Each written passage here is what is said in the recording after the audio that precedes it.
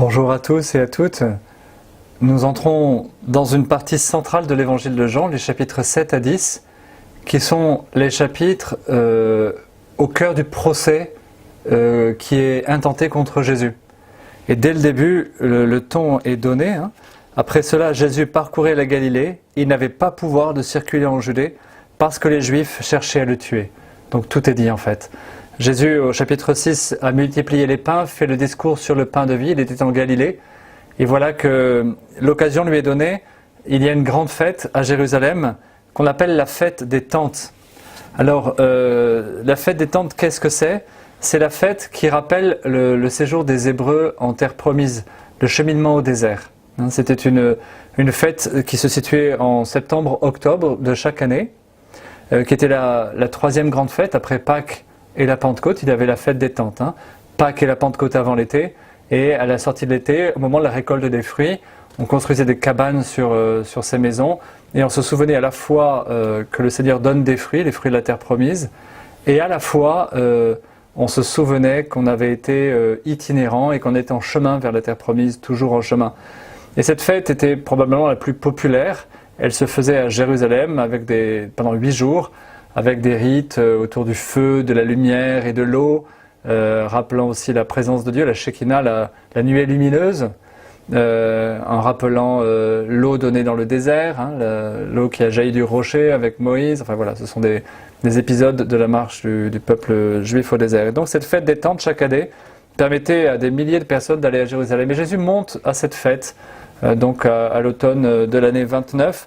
On est quelques mois avant son arrestation, puisqu'il meurt au début du mois d'avril de l'année suivante, de l'année 30.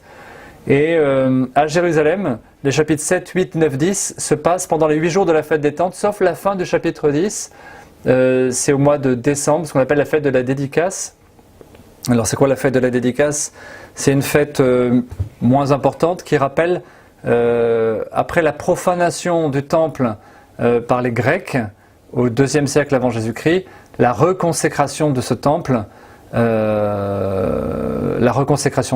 nouvelle dédicace du temple de Jérusalem, donc au IIe siècle avant Jésus-Christ. Et cette fête donc est en décembre, donc ça veut dire qu'entre le chapitre 7 et le chapitre 10, on est en septembre-octobre, on est en décembre de l'année 29, Jésus reste à Jérusalem plusieurs semaines probablement, et il va enseigner, mais il va être de plus en plus menacé. Et quand on lit ces chapitres, on se rend compte que la tension ne cesse pas de monter. Donc Jésus est en Galilée au début du chapitre 7, il monte à Jérusalem en secret, verset 2, la fête juive des tentes était proche, ses frères, c'est-à-dire ses cousins, soyons bien clairs avec ça, je ne vais pas développer ça, mais dans le monde sémitique, frère, ça veut dire cousin, c'est la famille élargie. On dit, même les Arabes aujourd'hui disent Arouya, ça veut dire mon frère, ça veut dire mon ami. Le mot frère, c'est très très large. Donc ses frères lui dirent donc, passe d'ici en Judée, que tes disciples aussi voient les œuvres que tu fais. On n'agit pas en secret quand on veut être en vue. Puisque tu fais ces choses-là, manifeste-toi au monde. Ça, c'est une des tentations de Satan au désert. Dans les évangiles de Luc, Matthieu et Marc, qu'on appelle les synoptiques, il y a le récit des tentations de Jésus au désert, et Satan lui dit « Jette-toi en bas, fais un miracle extraordinaire que tout le monde croit en toi. » Et Jésus n'agit pas comme ça, il n'agit pas de manière éclatante. Parce que la foi est quelque chose de libre. Dieu ne s'impose pas, il n'impose pas qu'on croit en lui. Il se propose, il invite. Si tu veux, crois en moi.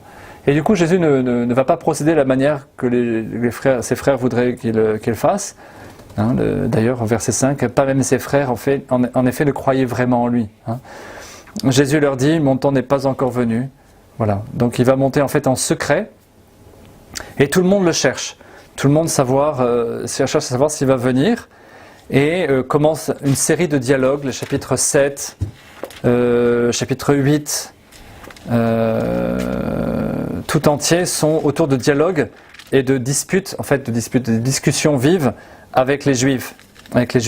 Et au milieu de ces chapitres 7 et 8, Jésus dit deux choses très très belles sur lesquelles j'attire simplement votre attention, on ne va pas dans le détail.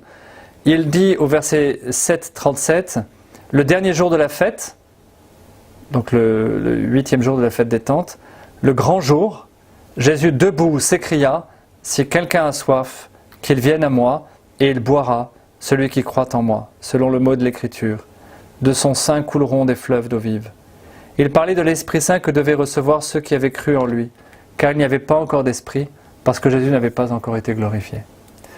Alors c'est un jour particulier, le dernier jour de la fête des tentes, c'est un jour où justement on va chercher de l'eau à la piscine de Siloé, on la remonte en procession au temple de Jérusalem, on la répand sur l'autel du temple, et cette eau coule en abondance. Ça fait référence en fait à un passage du livre d'Ézéchiel, je ne sais pas si vous situez le prophète Ézéchiel, 6e siècle avant Jésus-Christ, qui prophétise dans son livre qu'un jour une source coulera du côté du temple.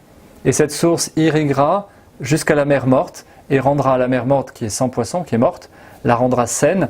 Et sur le parcours de cette rivière qui sortira du côté du temple, il y aura des arbres qui pousseront.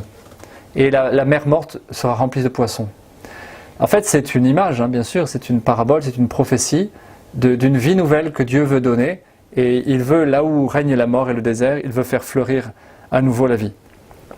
Eh bien, Jésus, en disant ça, ce jour-là, en fait, dit tout simplement, et là je décode, il dit, en fait, le temple, c'est moi, je suis le temple, c'est-à-dire le lieu de la rencontre entre le ciel et la terre, c'est ça le temple. Le temple, c'est moi, et de mon côté, jailliront des fleuves d'eau vive qui vont donner la vie au désert et à la mer morte. Tout ce qui est mort va pouvoir revivre. C'est magnifique.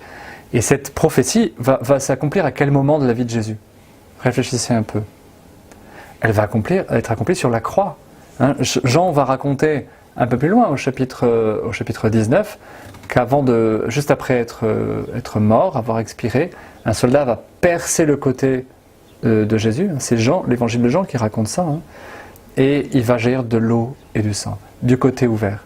Et donc Jésus, par sa mort et sa résurrection, va donner une vie nouvelle au monde et va permettre à la vie de se développer à nouveau.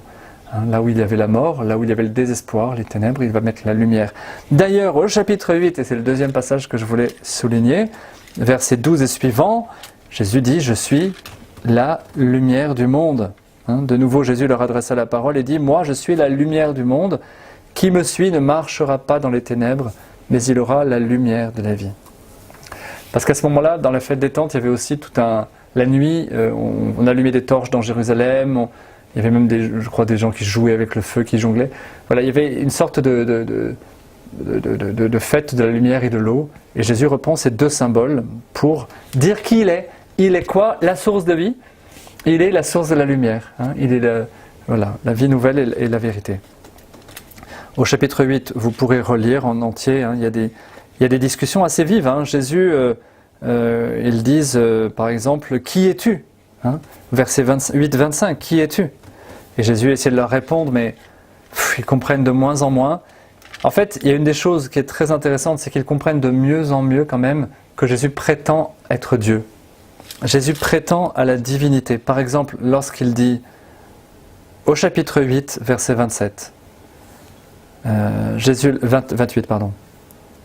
Jésus leur dit, « Quand vous aurez élevé le Fils de l'homme, alors vous saurez que moi, je suis. » Ce « moi, je suis » qu'on retrouve au verset 24 du chapitre 8 et au verset 58 du chapitre 8, 3 fois. Ce « moi, je suis », ça aussi c'est quelque chose que vous devez apprendre et savoir. C'est un mot pour les Juifs qui veut dire Dieu. Dans l'Ancien Testament, lorsque Dieu se révèle à Moïse, il lui dit « Je suis celui qui est » ou alors « Je suis ». Tout simplement, l'expression « Je suis », c'est le nom de Dieu. Et quand Jésus dit « Je suis » en hébreu « Egoémi », en fait, il dit sa divinité. Et les Juifs ne s'y trompent pas. Ils disent « Mais tu te fais Dieu, c'est incroyable ». Ce qui fait la fin du chapitre 8, le dernier verset, « Ils ramassèrent alors des pierres pour les lui jeter ». Parce que, en fait, Jésus, pour eux, blasphème. Jésus blasphème.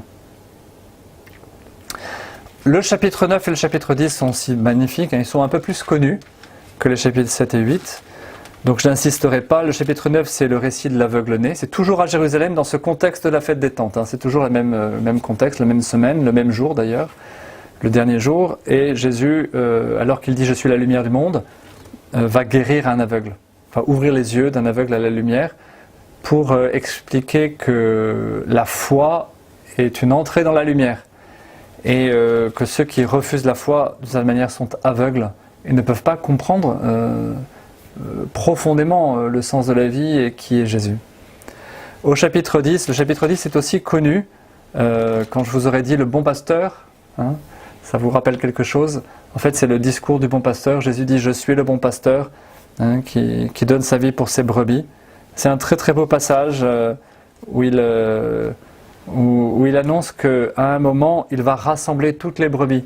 Celles qui sont dans l'enclos, et l'enclos c'est un mot technique qui désigne l'esplanade du temple, c'est-à-dire les juifs hein, qui se rassemblent au temple, ceux qui sont déjà croyants, et ceux qui sont en dehors de l'enclos, qui ne viennent jamais au temple, les non-juifs, les païens. Donc Jésus, en disant « je suis le bon pasteur », ça ne veut pas dire « je suis le pasteur simplement du peuple d'Israël », je suis pasteur de toute l'humanité que je vais rassembler par ma mort et ma résurrection.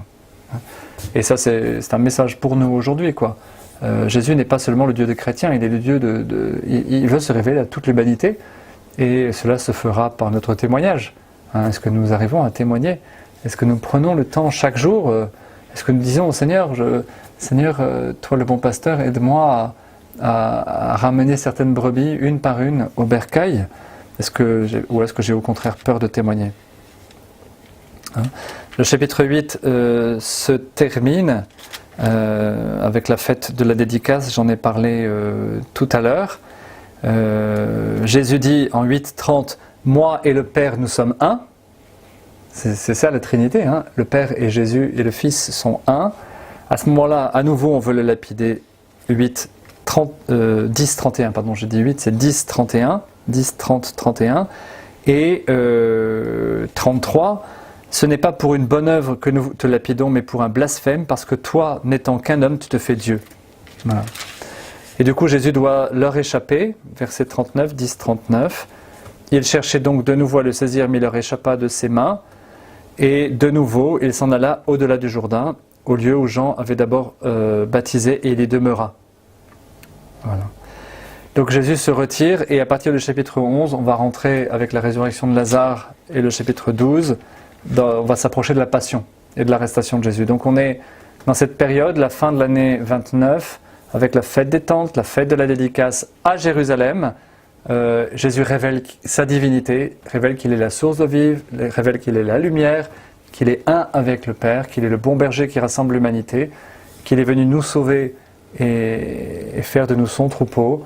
Voilà, donc laissons-nous conduire par lui, faisons-lui confiance et posons-nous la question, est-ce que vraiment ma foi en Jésus est encore en chemin, est totale? Est-ce que je suis prêt à mettre ma confiance en lui et à lui dire Seigneur, voilà, je